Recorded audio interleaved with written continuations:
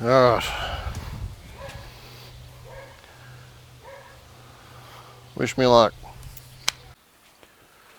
Alright, so we're back on this again. So since we left last time, I've made up some little feet for the ends just to bring it up off the ground a bit so the air can get in underneath it. At long last, I've finally got the EK CPU block so we can connect this thing all together. Bag of little nuts and bolts. And underneath, here is the piece of the resistance.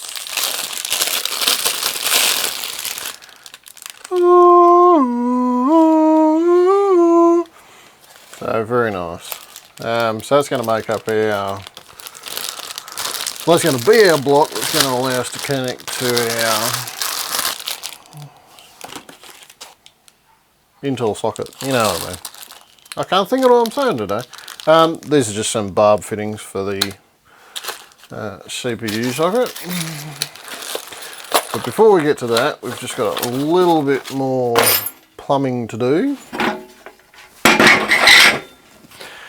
I've welded a tab onto this side, so water pipes from the back will come out, along and onto there.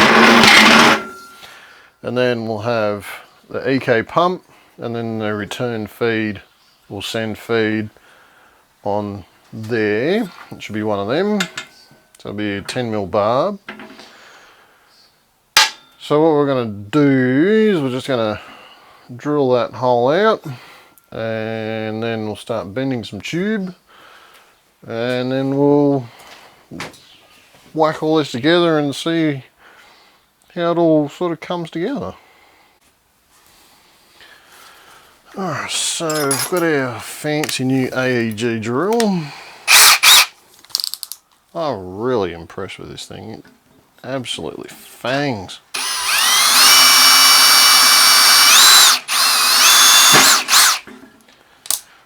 I mean, a lot of this is aluminium, so it's not really too much of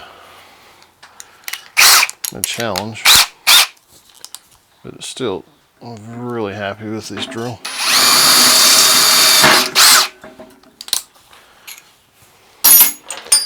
Handy little tip for young players out there. When you're drilling holes, don't just try and go for this bit being a 13mm bit straight away. Walk yourself up.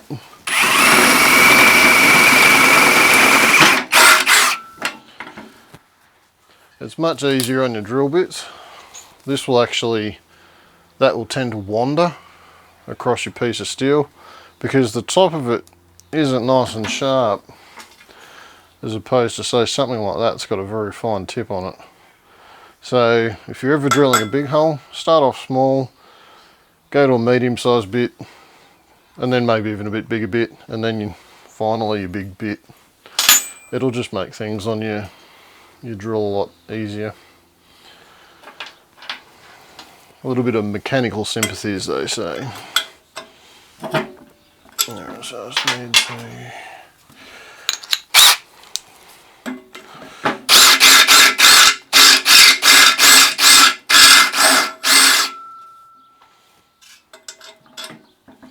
It's better. Alright, so... Got a brass fitting. A lock. Actually, what I'll do, I'll lock it on there with the actual thing. There we got that. And on the back side, we've just got a 10/13mm compression fitting, so that will mount there.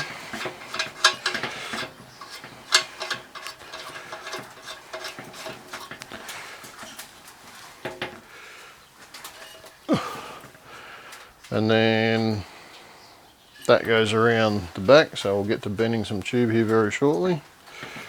And yeah, all right, let's bend some tube. Alright, so for our tube, what we're going to do is come right angle out of there and then up. That one's obviously a little bit lower, that one's a little bit higher. So we've got about 635 roughly from centre to centre. And then another 30 mil to come out there.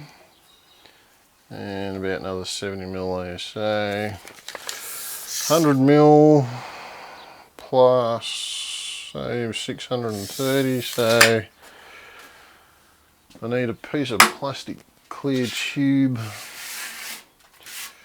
about a metre long. And as it just so happens, I actually have some left over from the Caterpillar case build.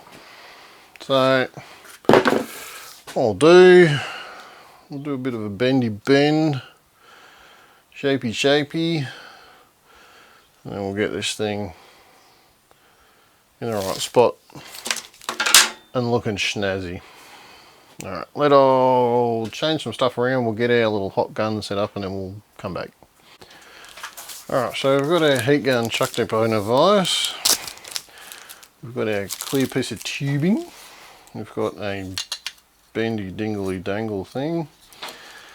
So what I'm going to do is heat this up. It'll be quite noisy, but you get the general gist of how this works. You heat it up till this is nice and soft, and then what I'll do is I'll put on a glove. It's just a normal welding glove for those interested. They resist heat pretty well. So let's make some noise and I'll show you how this works.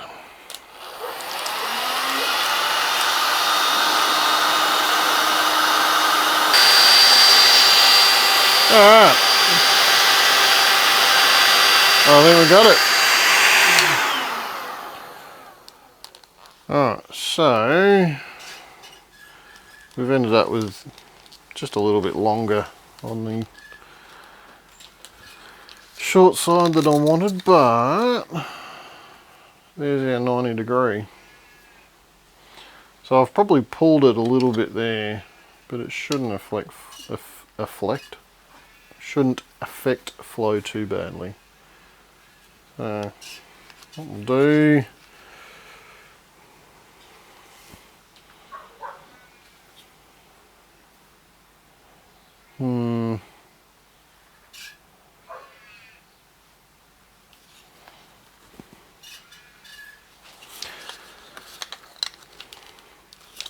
what I might actually do is cut that off and do it again. It just looks a little bit too thin.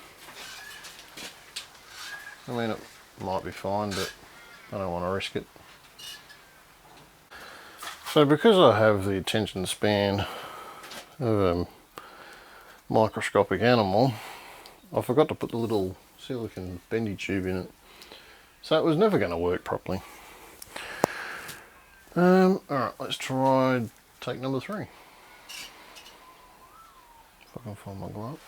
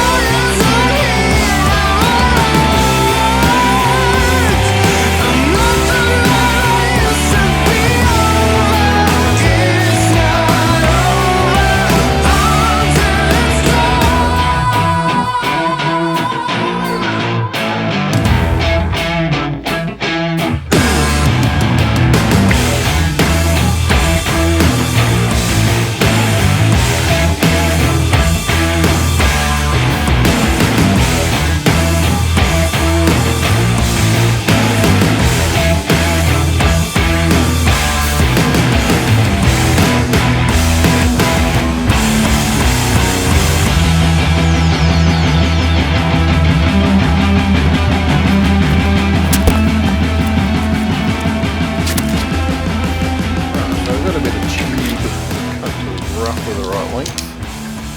So what we'll do a bit of a test fit, assuming I can get it in.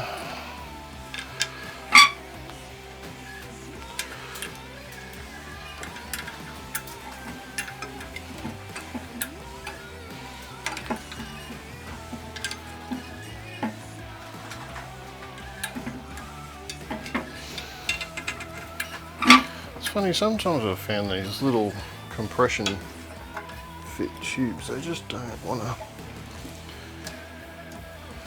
go in. Well, that didn't work fine.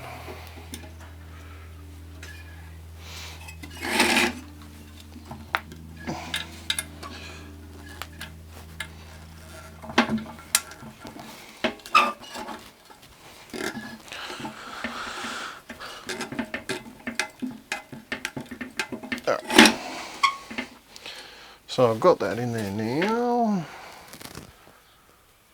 Probably what I'll actually do is have that as the inlet, and then the pump sending the cool water to the actual CPU. Alright. Okay, so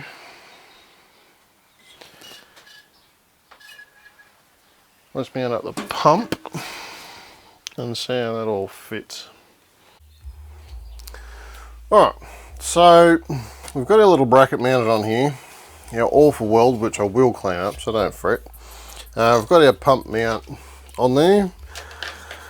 What we'll do is we'll just mount our EKD5 in our bracket with our inlet / outlet pointing out the side. But yeah, so I'll plug him in. Alright, so what I've done up here is I've put a T with two outlets. One's going to be an inset, one is going to be an outset. And then what I've done is borrowed the coolant tank from the cat build. We're going to make up a little bracket that's going to weld onto the side like that, and then that will connect up to there and feed this whole thing a lovely, delicious torrent of coolant. Okay, so here's the little bits of aluminium for our bracket.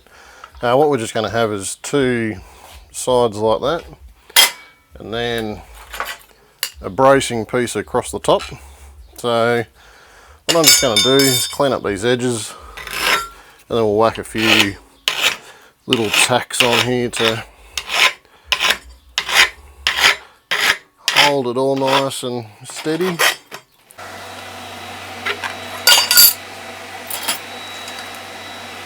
That was an awesome way to start.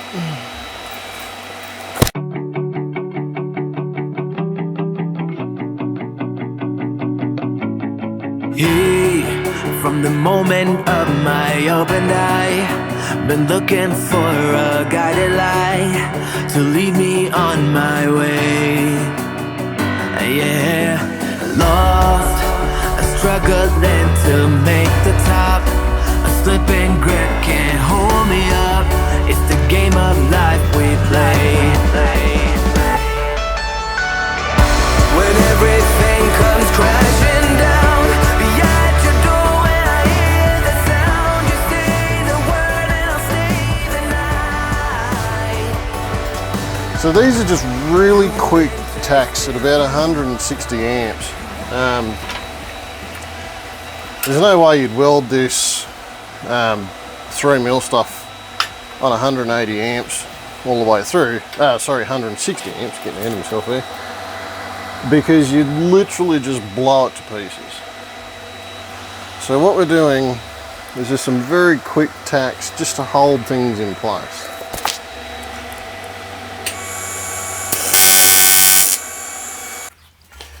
Alright, so probably what I'll do, have it mounted up something like that. Maybe back a bit.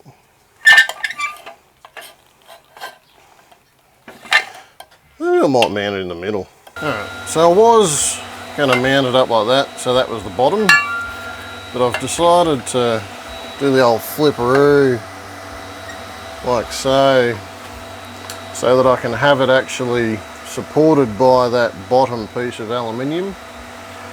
So what I'll do is I'll just knock up another one of them across the top, create a happy little box, and what that allows us to do is tie this side of the plate into the whole intercooler essentially, so that we can then get that strength that we probably won't need it, but it's good practice to do it. So what we'll do is we'll just ram in a couple of tacks.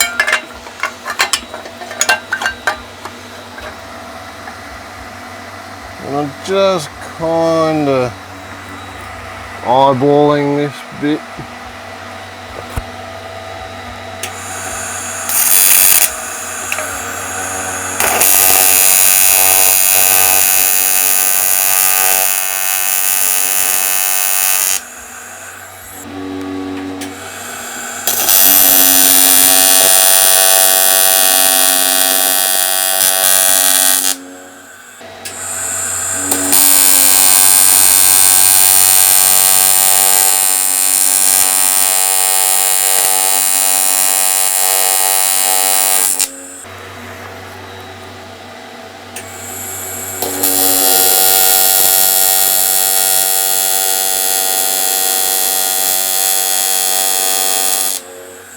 Alright, so we've got our little bracket welded up here.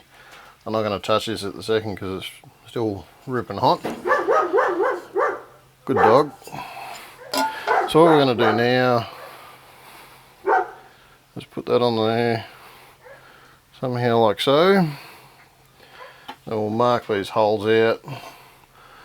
We'll do a little bit of cutty, choppy, drilly.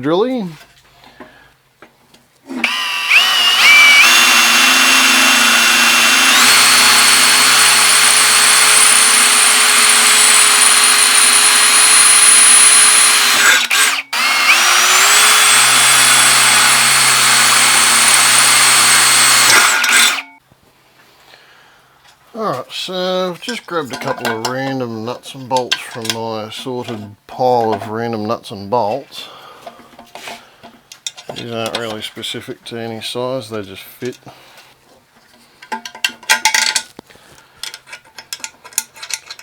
It's always immensely handy to have a random pile of nuts and bolts. Alright, so we've got our bit of black hose.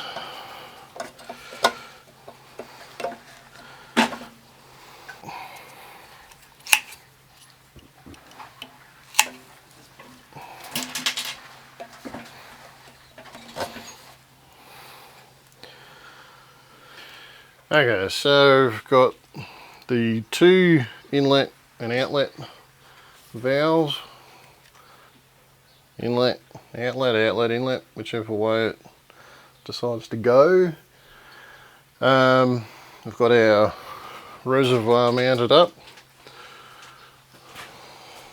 We've got our clear tubing all buttoned in and put together.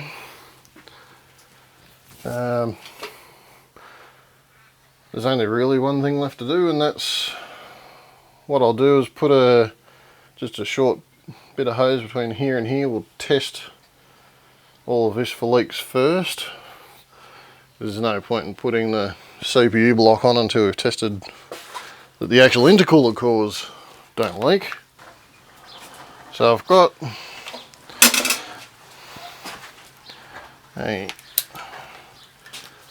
just a random bench power supply. This one I've put I don't remember what brand these are. They're a power supply tester. You can buy them all over the place. Basically, that shorts out the two pins that need to turn on the power supply, so that I can then steal one of these Molex connectors and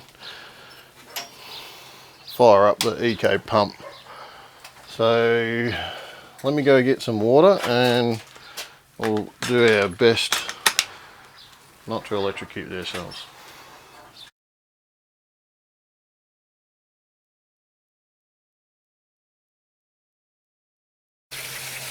Okay, so we've done our first little system fill.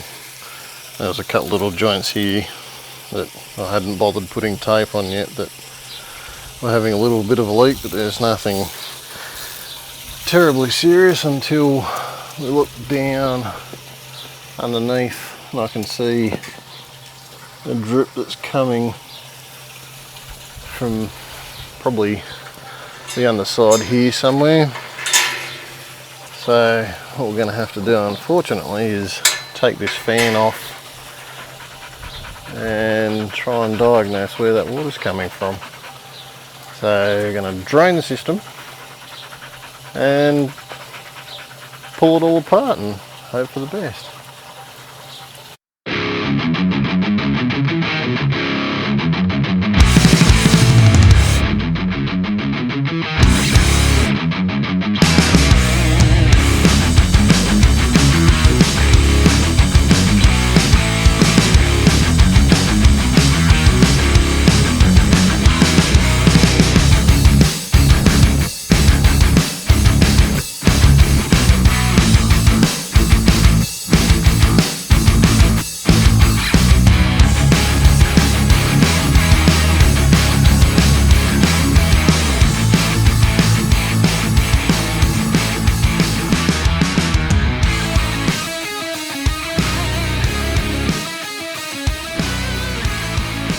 Alright, so I think I found it. So, right down in that little corner there,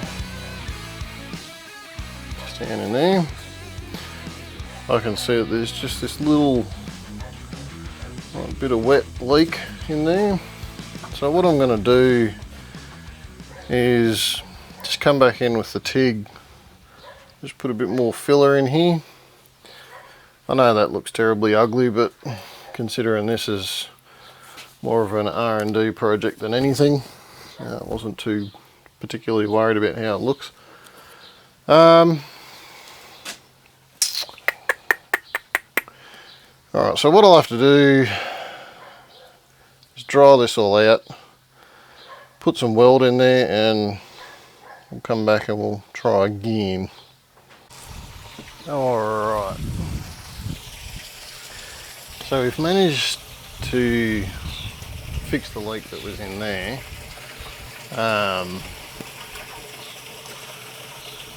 There's a couple little leaks on some of these joiners and things like that, but I'm not terribly worried about them. I'll do them up when I fill them all up with tape. But I think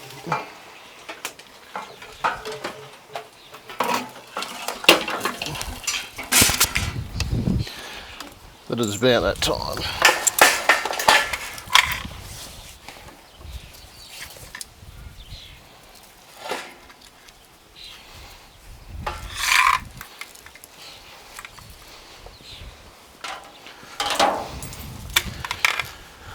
Okay, so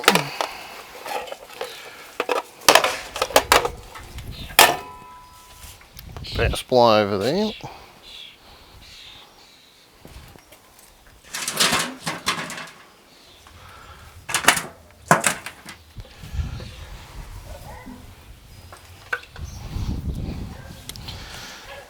Alright. Wish me luck. Is it working?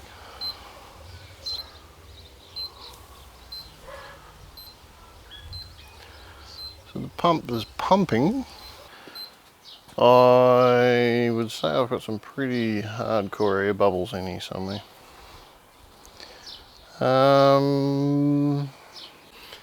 Okay, so turns out I hadn't bled any of the air out of this chamber at all.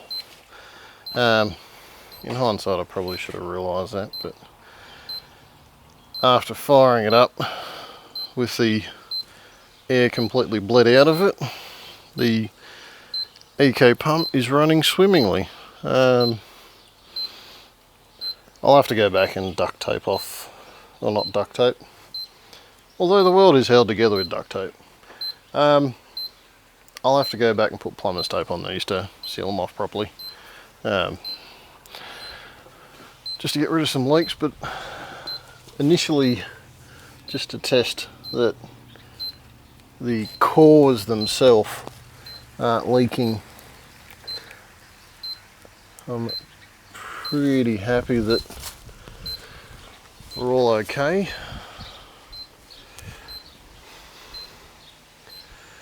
These are leaks from that there. Yeah, just a couple little no nonsense kind of leaks.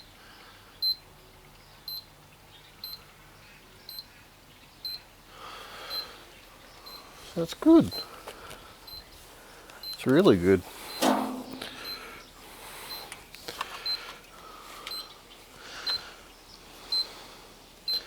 So what I'll do now is we'll pull these joints apart, we'll tape them all up, and then when the shop's open, being that it's New Year's, I'll get some more hose. I was going to call it tube. That's tube, that's hose. And then we'll make sure this thing's definitely not leaking, and then we'll strap it up to the new Intel 12900K, and we'll see what the world's most ridiculous only one cooler does. Okay, so that's probably going to wrap it up for this episode, otherwise it'll go for 600,000 hours. The leak den test went well. I've drained all the water out of it. I'm going to put the plumber's tape on all the various joints. If you liked it, give us a like. If you want to follow me in my crazy shit, give us a subscribe. Really appreciate it. And have an awesome new year, and we'll talk next year. Bye.